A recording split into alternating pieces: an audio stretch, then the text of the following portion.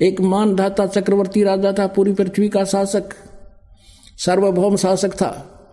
उसके मन में यह आया कि कोई किसी छोटे राजाओं ने तेरे अधीन है, उन्होंने किसी ने तेरी पराधीनता अस्वीकार तो नहीं कर दी। इसके लिए एक घोड़ा, अपना घोड़ा पर्सनल, उसके गले में एक पंपलेट टांग दिया कि जिसने मेरी पराधीनता स्वीकार ना हो, जिस राजा ने, इस घोड़े को पकड़ दो और युद्ध के लिए तैयार हो जाओ। मानधाता के पास 72 करोड़ सेना है, उस पर वो भी लिख दिया, कोई भ्रम ना पड़ जाए। पीछे सैकड़ों की संख्या में सैनिक चल पड़े घोड़ों पर, अन्य घोड़ों पर, उस घोड़े पर कोई नहीं, सब जगह घूमे पूरी पृथ्वी पर।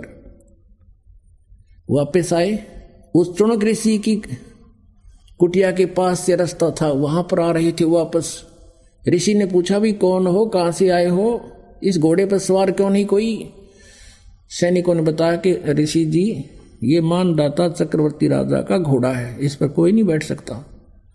तुम कहाँ गए थे भाई? चुनक ऋषि ने पूछा। ऐसे ऐसे सारी कहानी बताई। अब काल ने उसका रिमोट ऑन कर दिया, उसकी नाशकरण खातिर भक्ति का।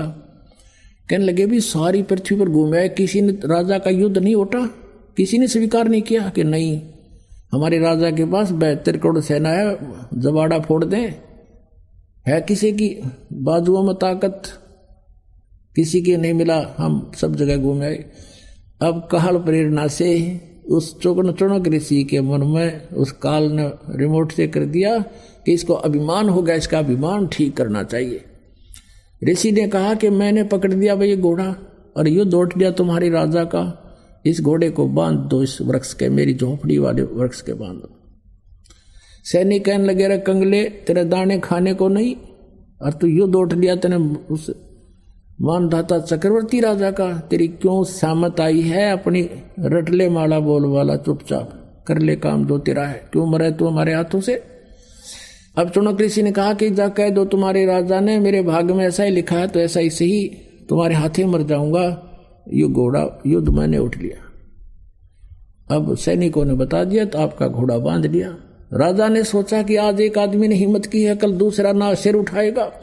एक आदमी को मारने के लिए 18 करोड़ सेना भेज दिला पड़ता पूरा, कि सबके दिल दहल जाएं, कोई और भी ना हिम्मत करे। ये राजनीति होती है।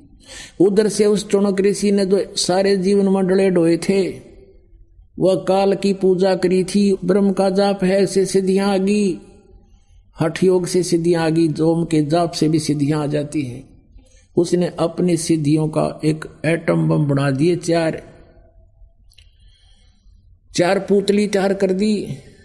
राजा की 18 करोड़ उसने 4 टुकड़ी बना ली। राजा ने भी अपनी सेना की 18 करोड़ सेना पहली बार भेज दी, तो एक पुतली छोड़ दी, उसने सबको कत्लेआम कर डाला, 18 करोड़ सेना मार दी। राजा ने दूसरी टुकड़ी भेज दी, ऋषि ने दूसरी पुतली छोड़ दी, 72 करोड़ सेना का नाश कर दिया। पुण्यात्मा,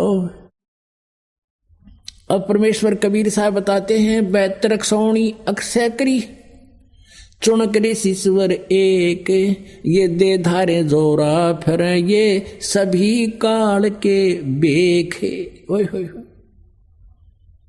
हे भगवान, कितनी प्यारी वाणी कही। एक ही अमृतवाणी के श्लोक में दोहे में कह दिया कि 72 करोड़ सेना अक्षय करी, अक्षय माने नाश कर दिया 72 अक्षौणी का।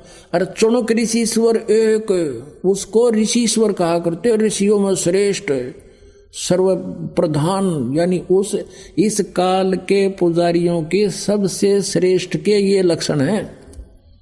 और दे धारे या मौत फिरे, ये सभी काल के भेख है। ये काल के ब्रह्म तक के पुजारी कहते हैं, ये दे धारे जिंदी मौत अंड है, मानस के आदमी व्यक्ति के रूप में। ये ऋषि को हमारे ये एटम बम बड़े फिरे सारे।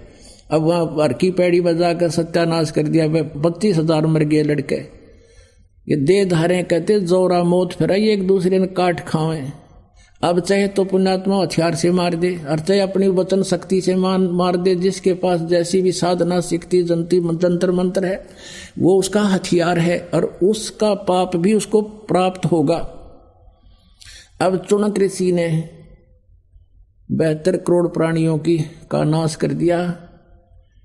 अब देख काल के जाल, यू समझ में कैसे आवे? जब तक इसके पुण्य रहेंगे, पुण्य और पाप अलग अलग डिपॉजिट होते हैं प्राणी के। जैसे गीता जी अध्याय नंबर 7 के श्लोक नंबर 29 में कहा है कि जब तक मेरे इस ज्ञान का जो आश्रय कर लेगा, जैसे चौथे अध्याय के 34वें श्लोक में कहा है कि तत्वदर्शी संतों के पास जाकर उस परम पिता परमात्मा की तत्व ज्ञान को समझ, वो बताओगे सारी ज्ञान। तो कहते हैं मेरे इस ज्ञान का आश्रय करके 7वें अध्याय के 29वें श्लोक में। और जो व्यक्ति उस तत्व से परिचित है, सभी कर्मों से परिचित है और सभी आध्यात्मिक